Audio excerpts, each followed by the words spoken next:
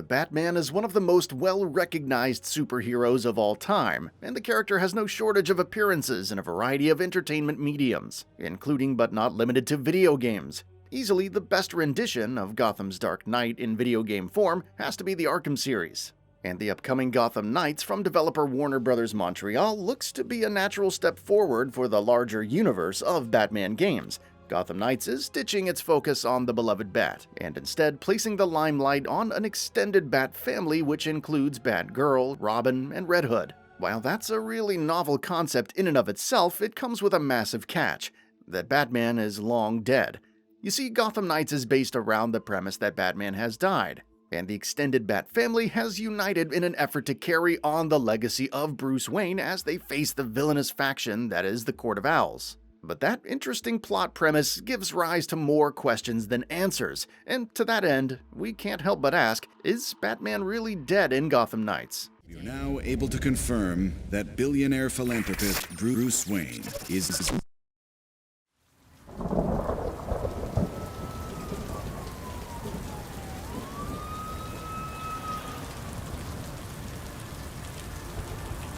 According to the developers over at WB Montreal, Batman is dead in Gotham Knights for a fact. Creative director Patrick Redding confirmed this during an interview at this year's Comic-Con, that the Batman is in fact, quote, really dead, end quote, in Gotham Knights, and will remain the same throughout the story. In addition to this, he also confirmed that his arch-nemesis, the Joker, wouldn't be a part of this game as well, though it isn't confirmed whether he's alive or dead at the moment.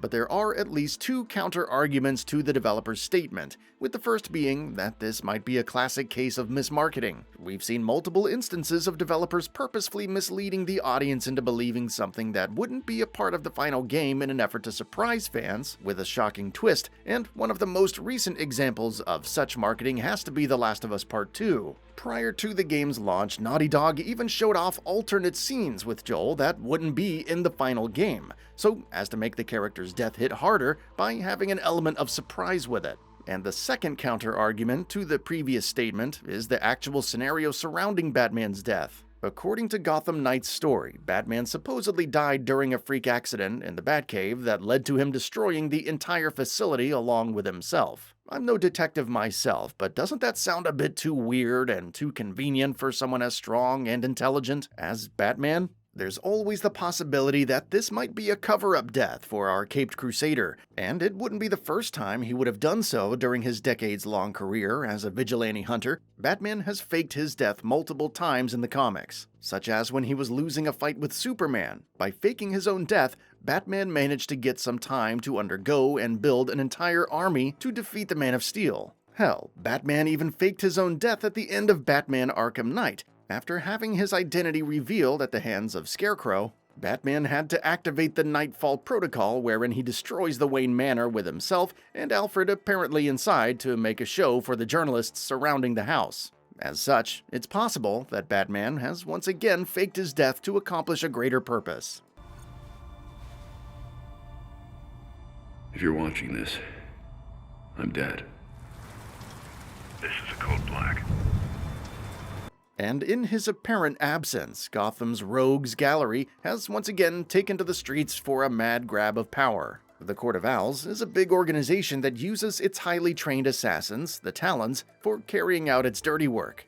And they've taken to Gotham once again to wreak havoc upon its many denizens. Those familiar with Batman's prior run-ins with the Court of Owls might know that high-ranking members within the villainous organization have had strong connections and relations with the Wayne family. As such, facing those whom his family helped rise to power might have taken a heavy toll on Batman's already twisted mental state, which has happened in the comics. So it's also possible that he faked his death to delegate his work over to his protégés, who are likely to be unaffected by these connections and mental tortures while being really driven to carry Batman's legacy forward in his absence. We also have to consider that Joker doesn't make an appearance in Gotham Knights as well. We know for a fact that Batman and Joker are inseparable enemies who will fight until the end of time, and if Joker isn't dead, why isn't he out there wreaking havoc on the denizens of Gotham City now that his biggest enemy is out of the way? We could theorize that maybe the two of them are fighting somewhere out of Gotham, and duties for keeping the city safe have been delegated to the extended members of the Bat family. Of course, there's also the possibility of the DC Extended Universe to consider as well. It could be that Batman is helping out other superheroes from the Extended Universe like Wonder Woman in a larger conflict, but both of these possibilities seem rather slim because if either of that were to be the case, why would Batman pretend that he is indeed dead and even go so far as to hide the same from his extended Bat family? It's highly unlikely, but one worth considering nevertheless. It's all fan theories and speculation that we're drawing out based on our limited knowledge of the game, and as for the bottom line, we'll have to stick to what Warner Bros. Montreal has said about Gotham Knights for the time being, that Batman is dead, and he will remain dead throughout the course of the story and wouldn't make an appearance in any shape or form. But even so, it seems very possible that we will get to know more about this disappearance either throughout the story or by hidden collectibles and lore fragments peppered throughout the city. One of the most recognizable characters in DC not being a part of this adventure feels like a downer at first, but that's also a blessing in disguise. After all, we've been playing as the Batman for a long time in the Arkham series.